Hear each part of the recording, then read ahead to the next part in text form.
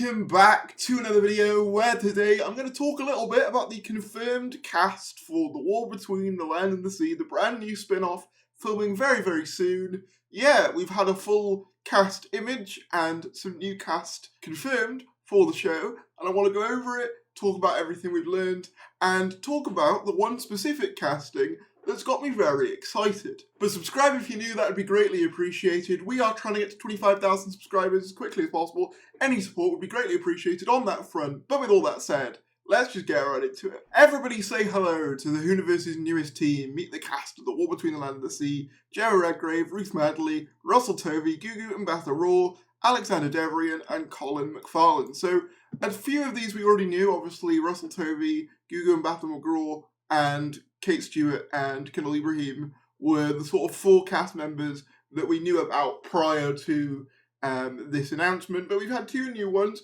Ruth Madeley, who's obviously reprising her role as Shirley Ann Bingham for Unit, which eagle-eyed fans managed to spot in this Instagram post posted by Russell T. Davis, where you can sort of see her in the corner, along with our next guest star. Although now that I'm thinking about it, who's that guy on the left? Is that Shooty?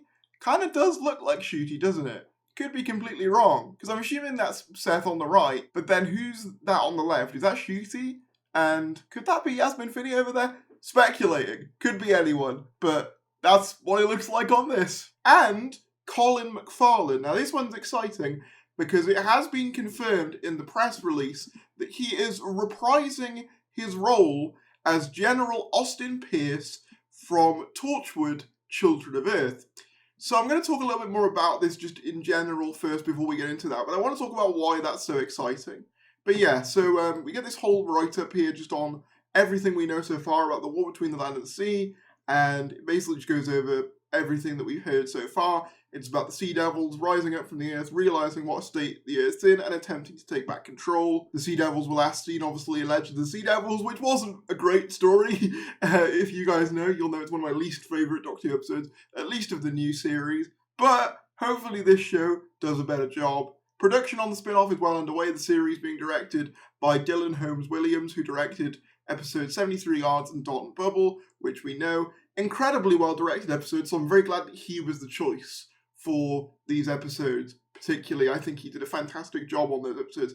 And obviously, it looks here like they're, in part of the unit base as well, so I'm assuming, obviously, with the inclusion of Kate and Shirley Ann Bingham and all the rest, it's going to be quite a unit-centric show, which again does make sense.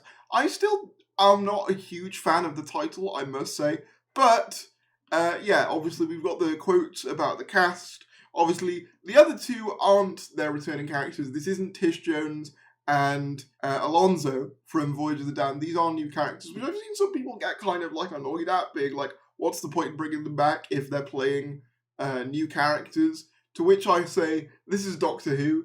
Casts get reused all the time in different roles. Hell, Martha Jones herself, Freema Rajaman, she was in the show before, and they just wrote it off as, yeah, she's one of Martha's cousins. So yeah, I don't really think that's a particularly big issue. And obviously it takes place with the absence of the Doctor, and it's the first addition to the new Hooniverse line of spin-offs. Hopefully the first of many, I hope. While the air date for the new spin-off has not yet been confirmed, Doctor Who fans around the world will be pleased to hear that as a co-production between BBC and Disney branded television, The War Between the Land and the Sea will be available on BBC iPlayer and Disney Plus where available. But the really interesting thing about this announcement to me is that last bit about Colin McFarlane coming back, reprising his role as General Austin Pierce from Torchwood, Children of Earth. Now, if you don't know what Children of Earth is widely regarded as probably one of the best pieces of Doctor Who media, period. Written by Russell T. Davis, it's a short mini-series of Torchwood, well, not really a mini-series, but like a sort of serialized series of Torchwood, where essentially the children are being possessed and nobody knows why. They keep chanting and doing all this weird stuff, and it turns out to be due to this entity called the 456 that, spoiler alert, basically wants to use children as a drug. I'm summarising that plot terribly, but that's the gist. If you haven't seen it, highly recommend it. One of the best shows ever produced under the Doctor Who banner. One of the best series of television, I should say, produced under the Doctor Who banner. And this gets me excited. Having just a small link to Children of Earth gets me excited, because I'll be honest, War Between the Land and the Sea, as a concept, I'm not hugely bothered about too much, but if they make it more of a Children of Earth-esque thing, more of a thing that's, slightly darker, it's got slightly wider implications for the world and for, these characters, that does get me excited. If they do it in a similar way to how they did it with Children of Earth, where maybe the humans do things that are unspeakable to the Sea Devils or something, and that's why the Doctor looks away, I think there's a lot of potential in that. If they go down a darker route, I think that would justify this as a spin-off. I think it would differentiate it from especially season 1, that seems quite jovial and light in tone, and I think it could kind of placate the people like me who want a couple more darker stories in this universe. I think they could do that very well. And yeah, just that announcement alone has gotten me a little bit more excited for this show. And according to Doctor Who filming locations, filming begins taking place from Monday, which is ironically the same day that we're at the Doctor Who proms, or I'm at the Doctor Who proms.